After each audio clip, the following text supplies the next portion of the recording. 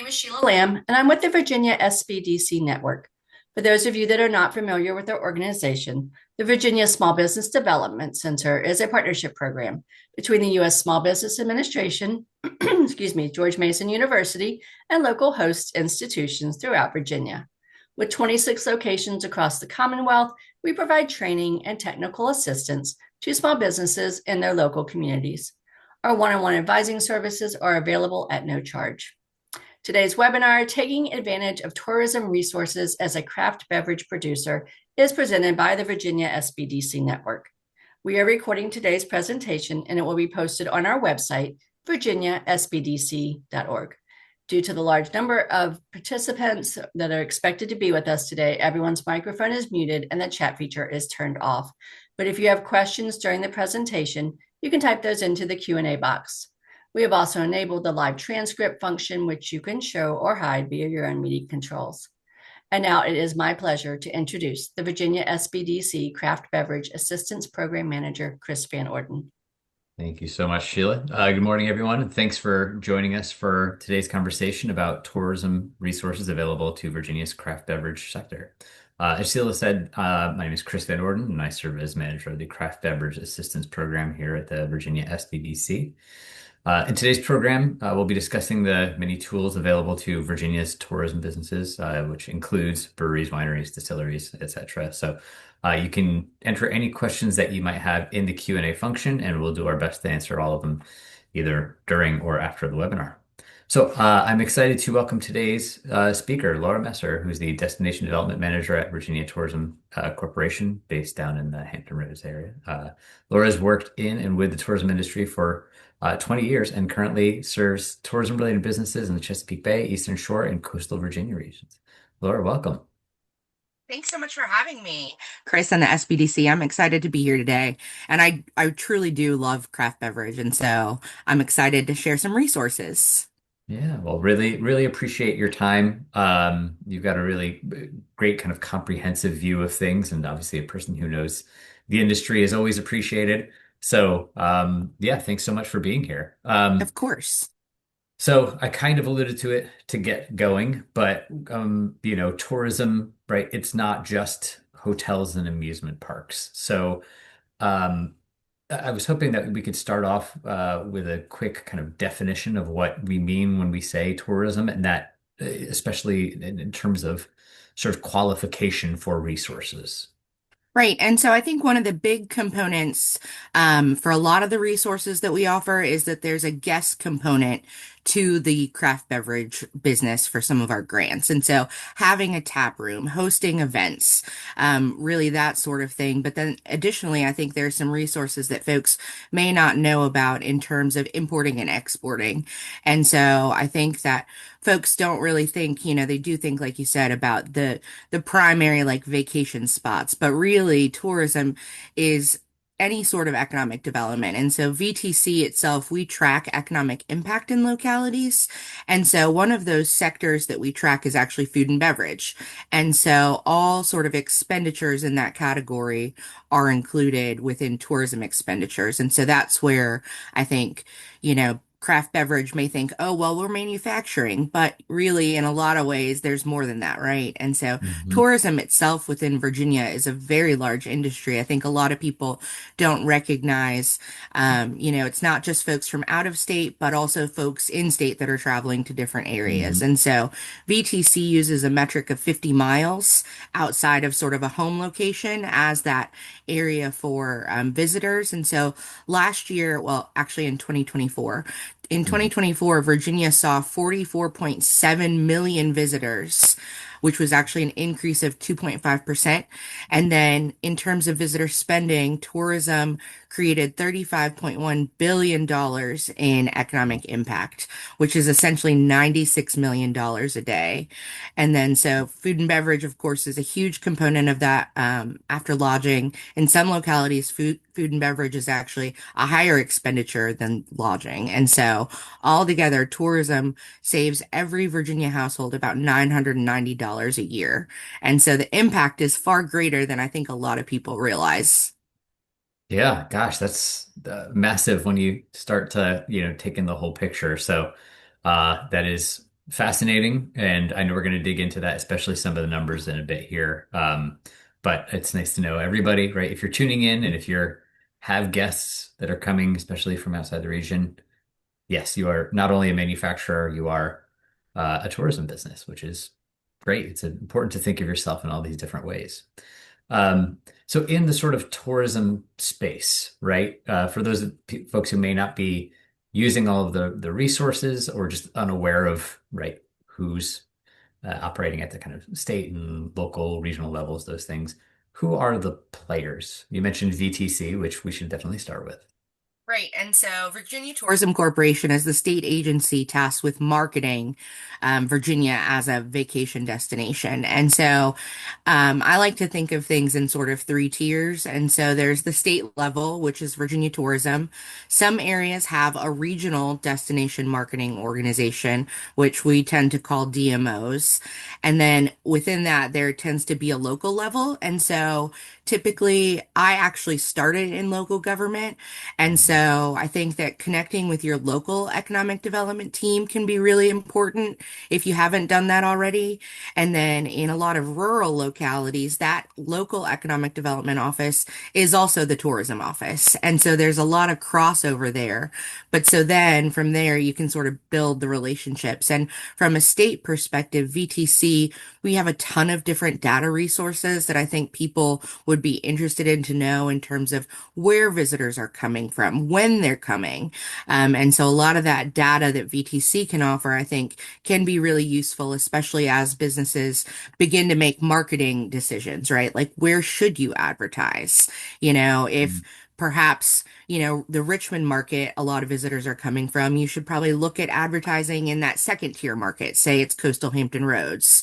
And so VTC has a variety of data that we do share with our local partners as well, but we're also happy in my position as destination development manager. I'm actually one of six destination development managers across the Commonwealth. And so we're happy to provide sort of hands-on assistance, meeting with local businesses. I meet with breweries from time to time as well as wineries. I have a cidery in my destination, in one of my destinations. And so I meet with all of those folks as needed and talk about the data, happy to send data when it's applicable. And so each of the me's, the destination development managers Mhm. across the Commonwealth, we're all super happy to help and provide like tourism related assistance, which in a lot of cases is also marketing assistance. Yeah, yeah, that's great.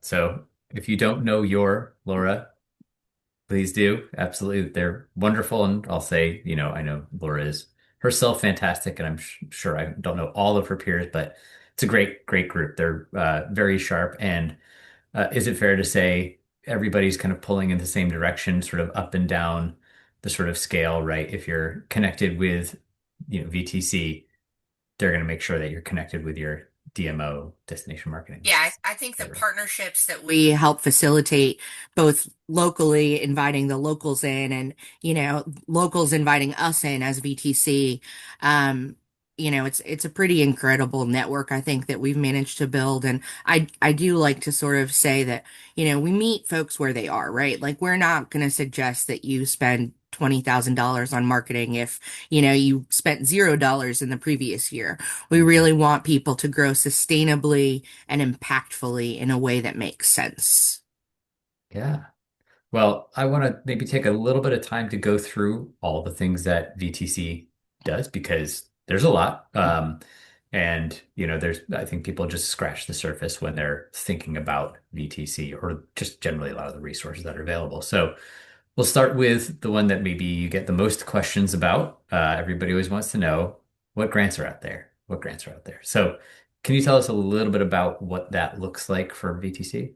Yeah, and so it's actually perfect timing because our big program that craft beverage producers would be eligible for, the marketing leverage program, that program is actually currently open.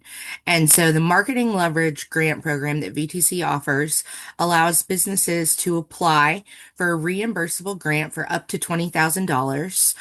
It is a one-to-one cash match. So say that, you're spending $5,000, VTC would then one-to-one match match that. So, you could spend an additional $5,000 if you receive the grant, and then we would reimburse you. So essentially it's, spend 10, get five back if you were approved for a grant. And so, the grant process can really, it's not as complicated as it seems. I know a lot of folks are like, grant programs are so daunting, but we have really worked to simplify our program. And folks like myself, destination development managers, we can provide feedback and assistance as part of that process.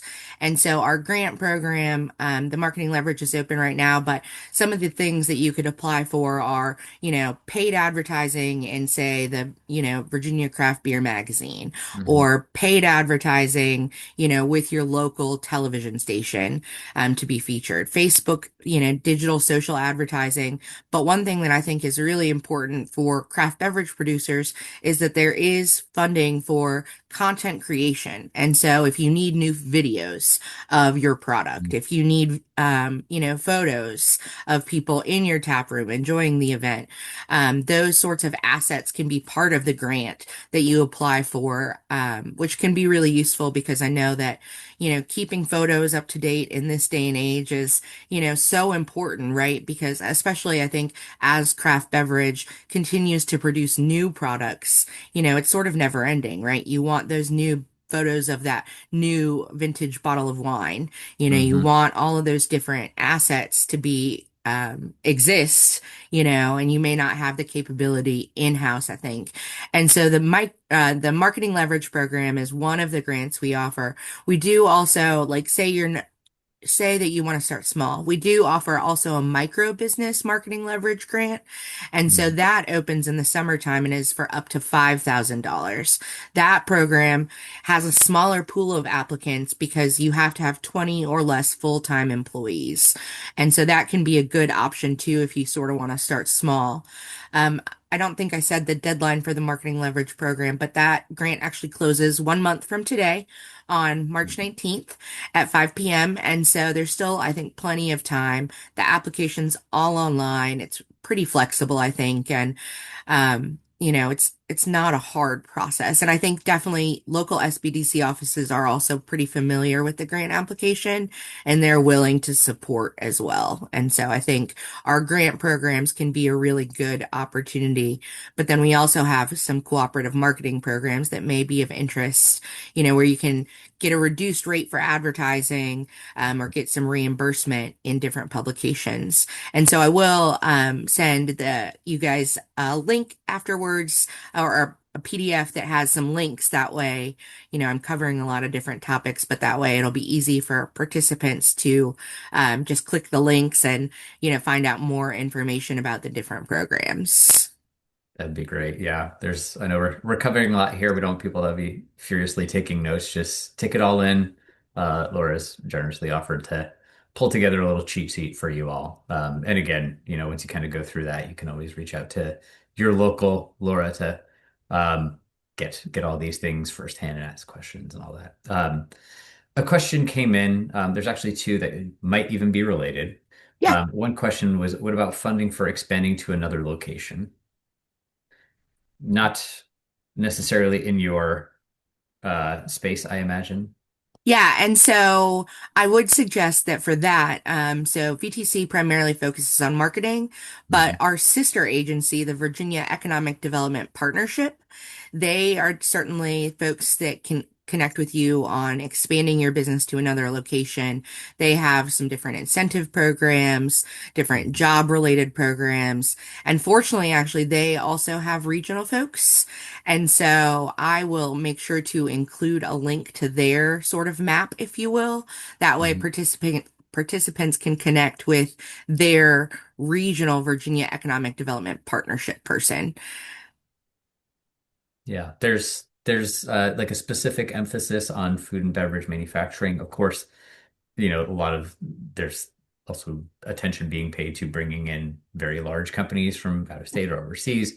It's a whole big space, but it's certainly worth exploring with them. And then there was another question that came in: how can regions attract these tourism businesses like breweries and distilleries to their area?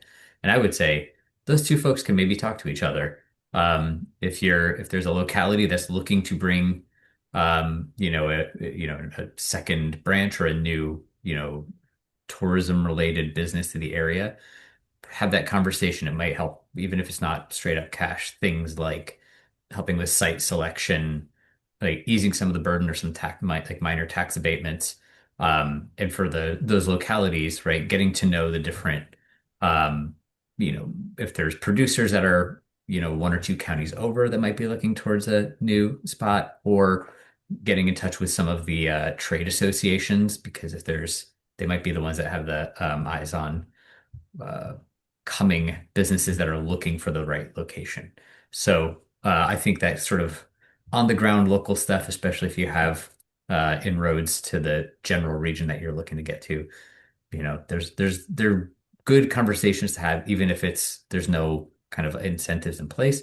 It's always better to be on very good terms with your kind of locality, and everybody's happier if they're all pulling in the same direction. Yeah, and I think too, making sure that, if you're interested in an area, connecting with their local organizations. And so, from a regional perspective, there are regional economic development organizations as well, folks that are, sort of multi-locality looking at different regions. And so making sure that you're connecting with those folks regionally, I think can help build collaboration and partnerships if you're looking to grow in a region. And then also, something that's more tourism related that folks can do is, say that there are, you're in a region, let's say the Northern Neck, for example. We'll use that as an example. And so there are several different wineries throughout that region, and together they're all part of the Chesapeake Bay Wine Trail.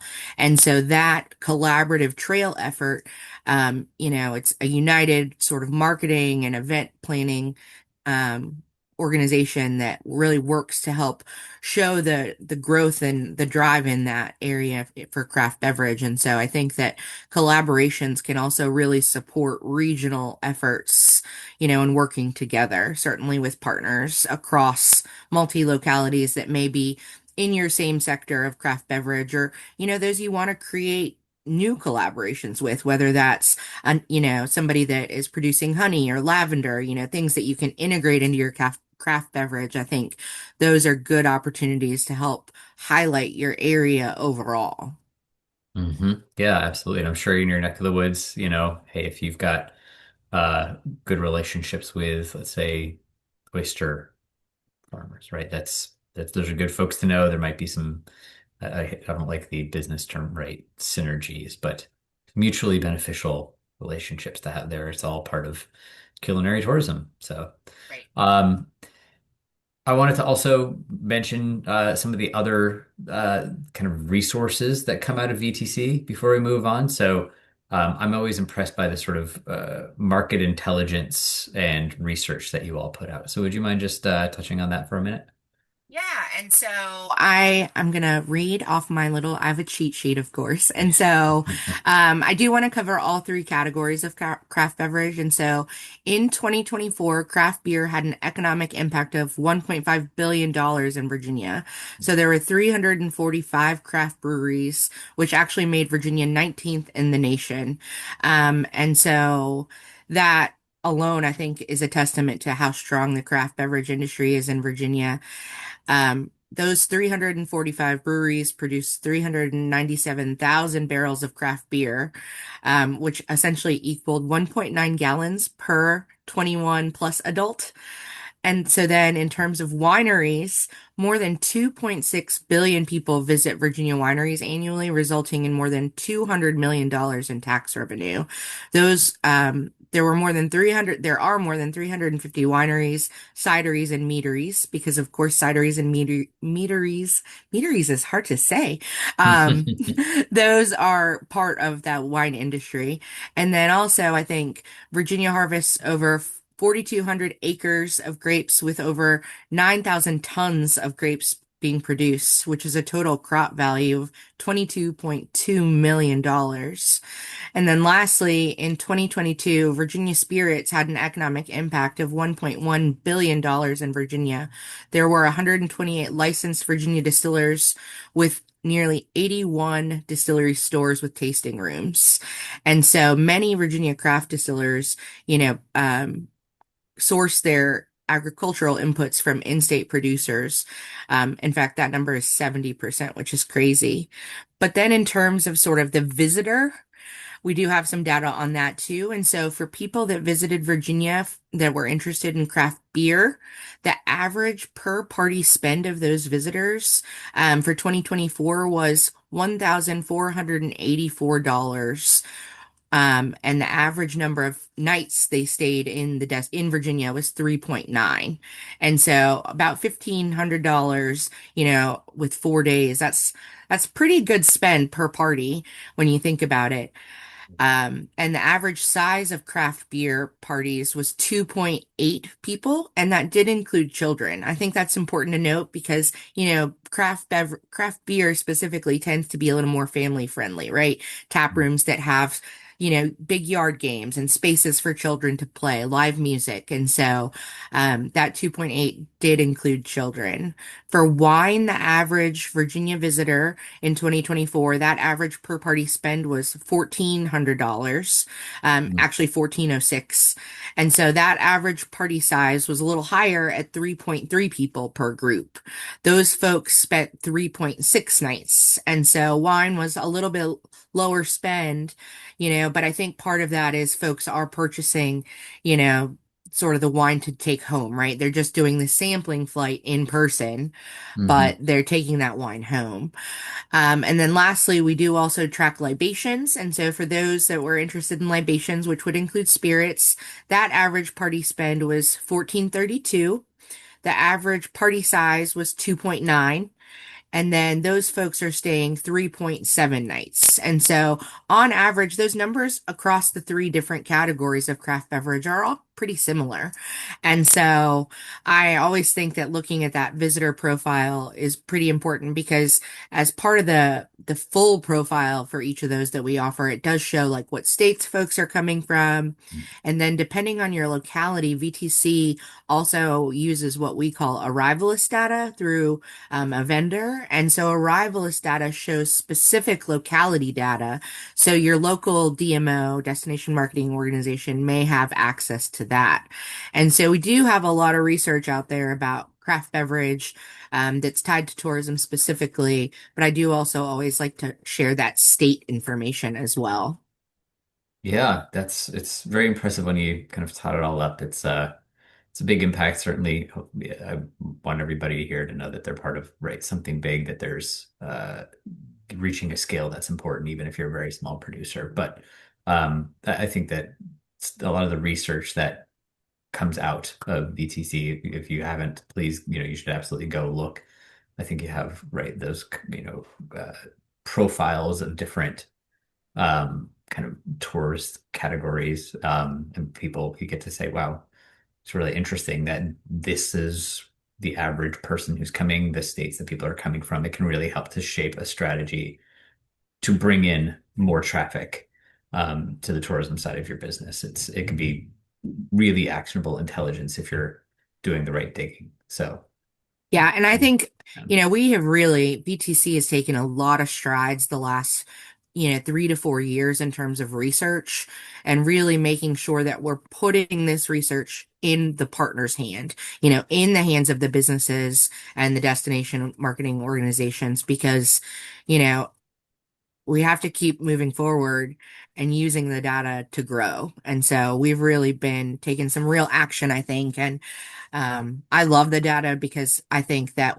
what I think said previously, I was with a locality before I joined the state. If I had had access to the data that's available to localities now, it would have, you know, totally increased my workload in a good way. It would have mhm. made it so much more impactful, I think. Yeah, yeah. It's very powerful. It's mind-boggling to think about where all this comes from, but luckily that's not for anybody here to worry about. It's just really good, high quality data. So please use Correct. it. Um, and one last kind of touch point here on VTC.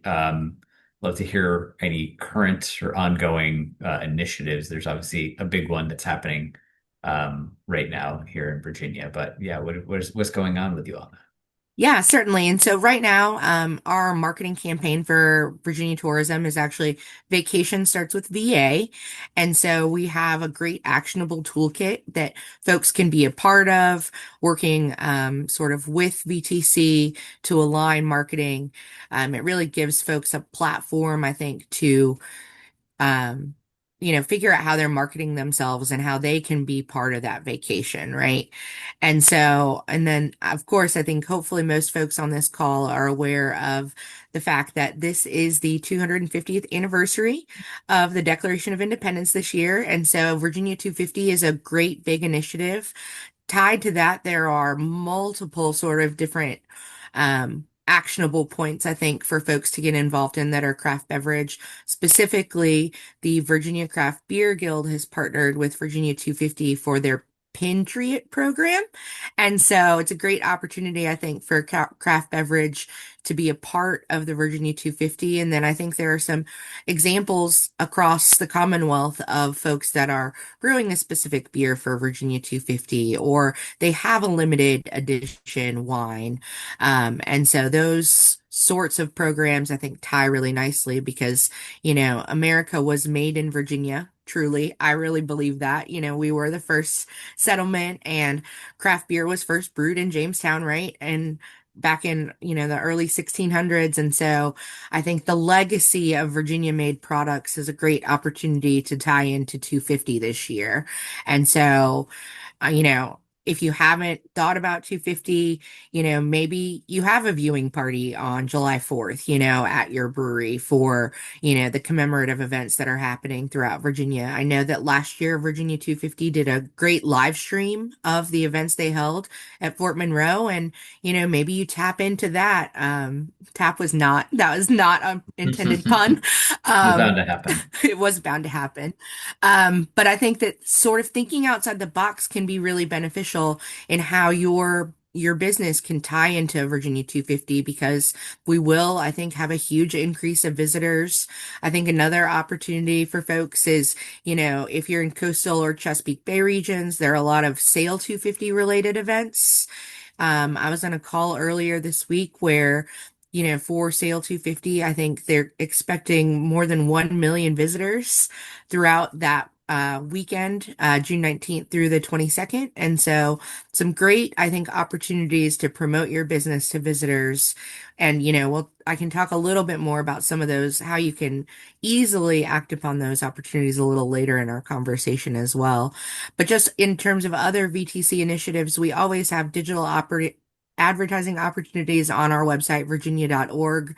That can be a great resource for you. And then I did mention the co-op advertising opportunities that we offer. And so I'll include a link for that. But right now we've been doing some advertising this year with two culinary related publications. And so the Local Palette and then also Style Blueprint. And so those are great sort of culinary related publications in both cases that can be, I think, very relevant to craft beverage. Yeah, that's great. That's a lot. There's a lot going on. And, there's obviously just like all the normal things that are happening too. Virginia just has such a strong brand at the national level. I think our sort of kind of tourism position is pretty well cemented and obviously like very strong slogans and all of that. So that's, you're here, you may as well capitalize on that and tie into everything that you can. Absolutely. So that's VTC. We can obviously come back around to anything that we might have missed on that, but you've obviously mentioned, the DMOs, right? The sort of like regional and then also some of the local partners that are in that space.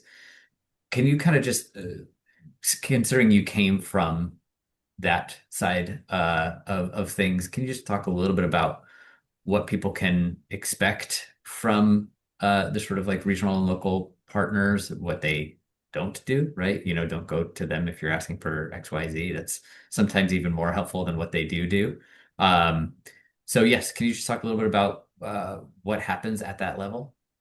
Yeah, and so I definitely think that, if you haven't connected with your local economic development and tourism folks, they're very eager to help promote your business. And so I think that sharing new product and new information with them can be so important, right? And so when I was previously with a local government, so I worked for James City County for almost 14 years, and there was a brewery that opened up while I was there, Billsburg Brewery. And so Billsburg was so great at that time when I was there in James City County about making sure that if they were hosting an event that I knew about it so I could help market it, on digital platforms and issue press releases to get into the local paper. When they did sort of fundraising events, when there was that big fire in California, and there were impactful things, and Sierra Nevada did that sort of collaborative brew. They made Mhm. sure that, I knew that they were doing that collaboration and they were going to brew that and give back money. And so I think making sure that your local folks and your regional partners know what you're doing as your business, that's one of the biggest, I think, things that can really help them, right? Because we don't know what we don't know. And so they want to promote you in their newsletters. They want to make sure that, folks are visiting and patronizing your businesses. And so sharing assets, photos, ideas for social media, inviting them to be at events, I think can be a really critical component that people don't always think about, right? But word of mouth in those cases can be really beneficial, right? And so, because each of those local and regional organizations all have a platform in terms of where they're sharing things. And so, you may reach somebody that hasn't thought about craft beer before, but maybe they see that, you're offering, like a fundraising beer, something that gives back and they're interested in that cause. And so I think that really engaging in your local community can be such a benefit, not only for your community, but also for your business, right? Because you're building that sort of local buy-in. And I think that can be so beneficial. But then you also don't know what opportunities may become available through those local and regional offices, right? Whether that's at an event or, they're looking to do a collaboration. I think that creating those relationships and partnerships is so important. And it really, I think, can help businesses have the opportunity to grow. I think one recent example I can think of is the Virginia Beer Company in Yorktown.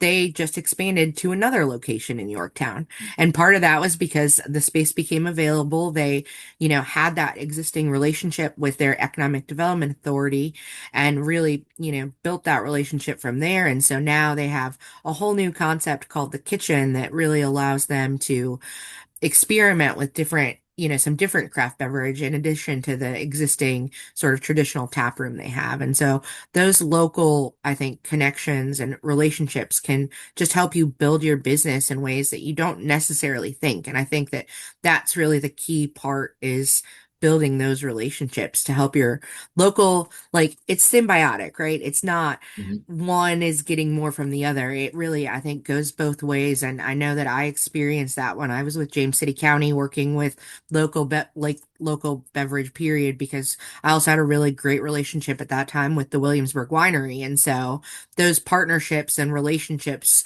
helped both of us, right? Because I was looking for things to post as the marketing person and they had the stuff for me to post.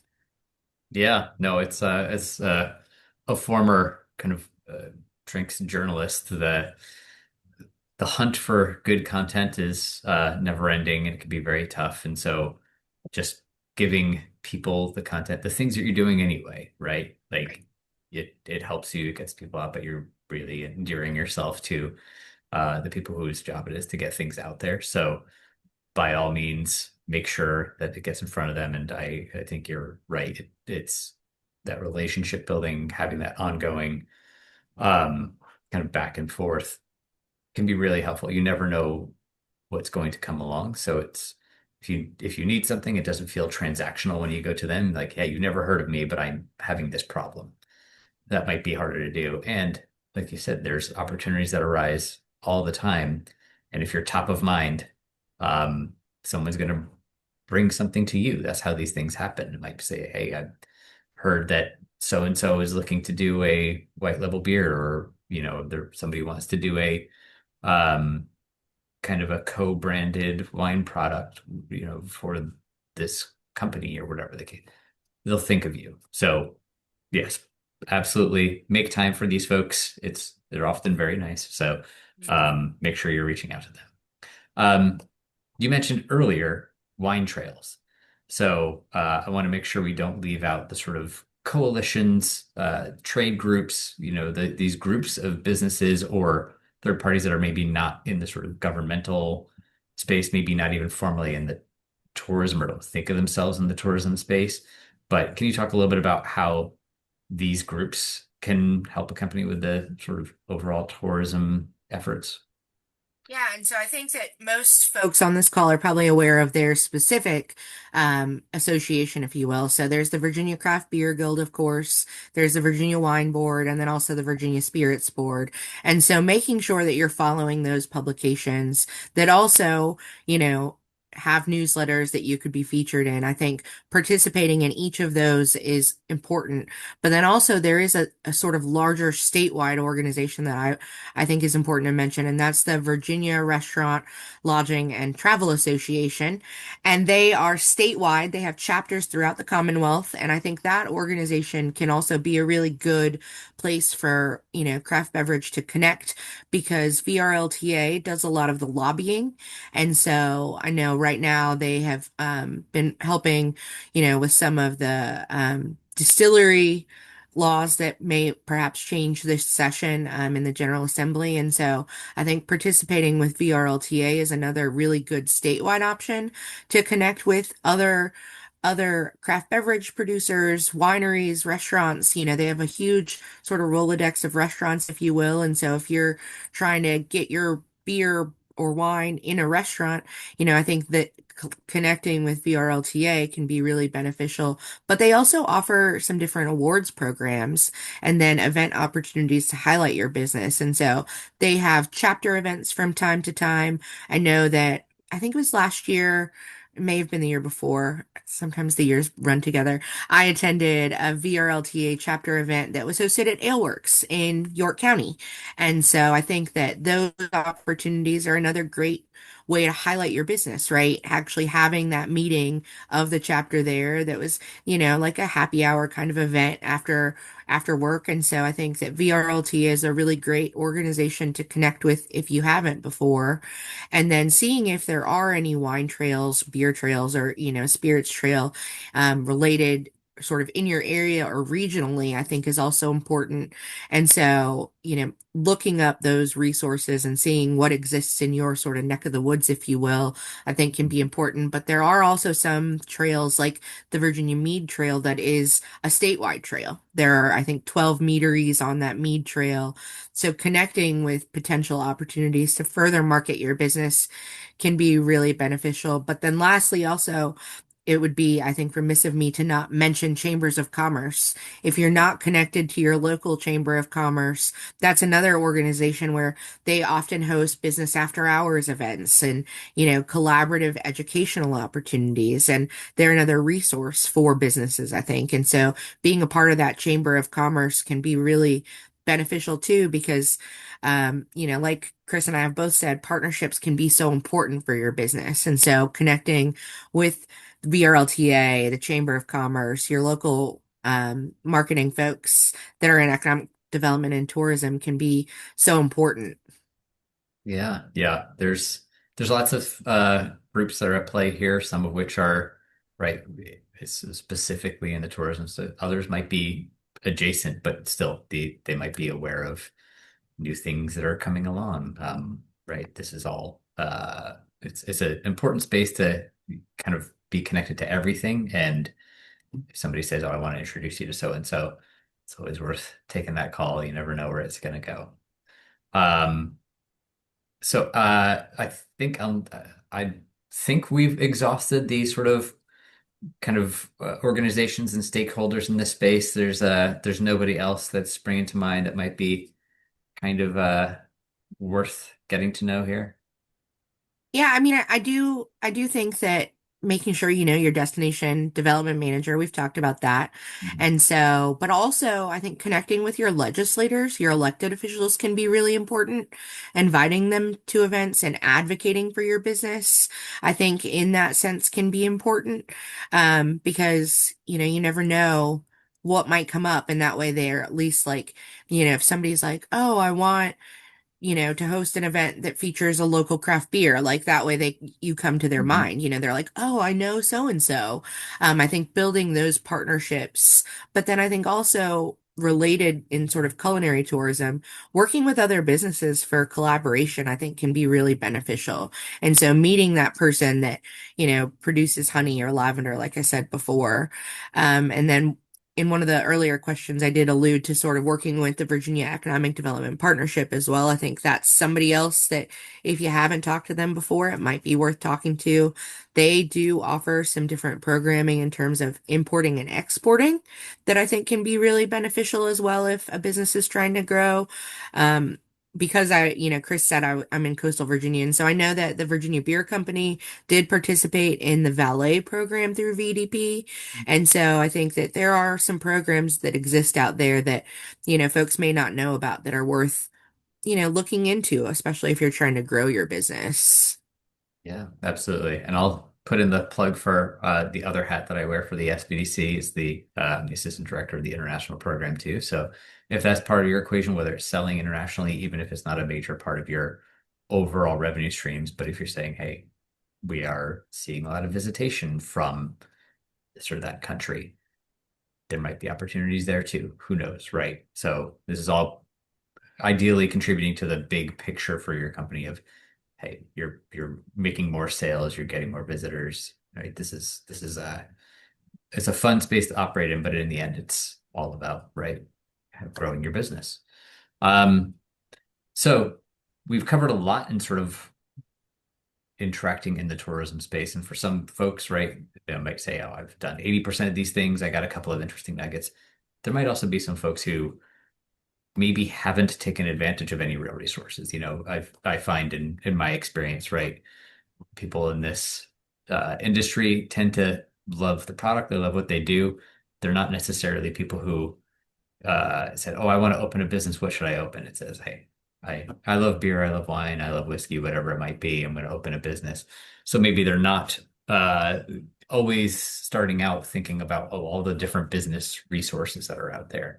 So for those folks who might be new to using resources, what are some of the easiest first steps to begin taking advantage of tourism resources? Yeah, and so I think there are three primary things that folks can do.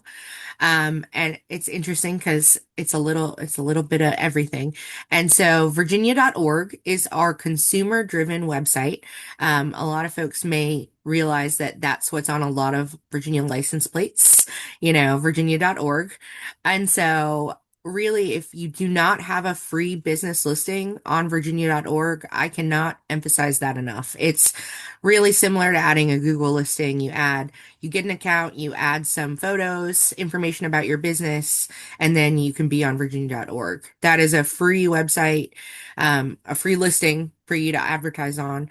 But Virginia.org gets 13 million visitors a year on average.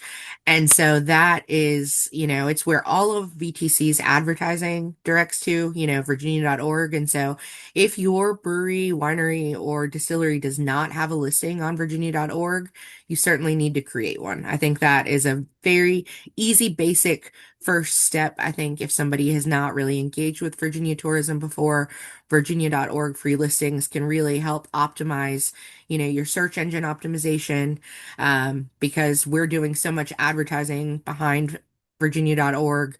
You really, if you have a listing and somebody types your business name into Google, the Virginia.org listing is one of the first things that pops up typically in search. And so that I think is the number one thing. I certainly think the number two thing is more of a traditional media thing. And so if you don't have a rec card in one of the 12 Virginia Welcome Centers across the Commonwealth, I think that is a really easy, affordable opportunity for advertising. Virginia Tourism Corporation operates 12 welcome centers across the state. They're situated in different places. I think one that folks are pretty familiar with is along Interstate 64 in Hampton Roads. There's that large New Kent, we call it the East Coast Gateway Welcome Center, that's right on 64. That visitor center sees over 1 million visitors a year. And so having a rack card space for, just a simple rack card, I have like a rack card. I have one on my desk, of course. Having one of those at a welcome center only costs $120 a year. Of course, you have to pay for the printing costs, but having that physical slot for your rack card at a welcome center is only $120 per year. One easy thing, these days we used to have the big trifold brochures, right? These days, a lot of times it's as simple as having a rack card that just has a front and a back, right?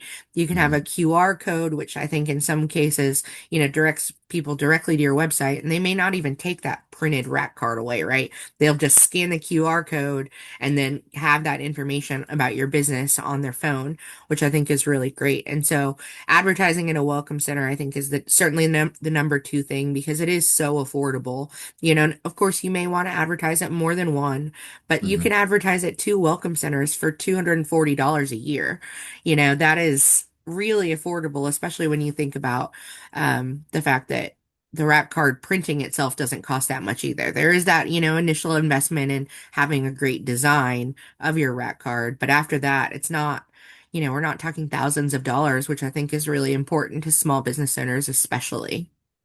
They Absolutely. also at the welcome centers they do offer some other opportunities too. Like they have what they call special event kits, and so you can advertise your event. Like say you're having a wine Hmm. festival or a beer festival, and so that can be done at a welcome center for 2 weeks, and that's only $25. And they will have a little display right on their counter about your event, and so folks are like, "Oh, what should I do?" And they can then say, "Oh, you should attend this event while you're in town." So that's certainly the second thing.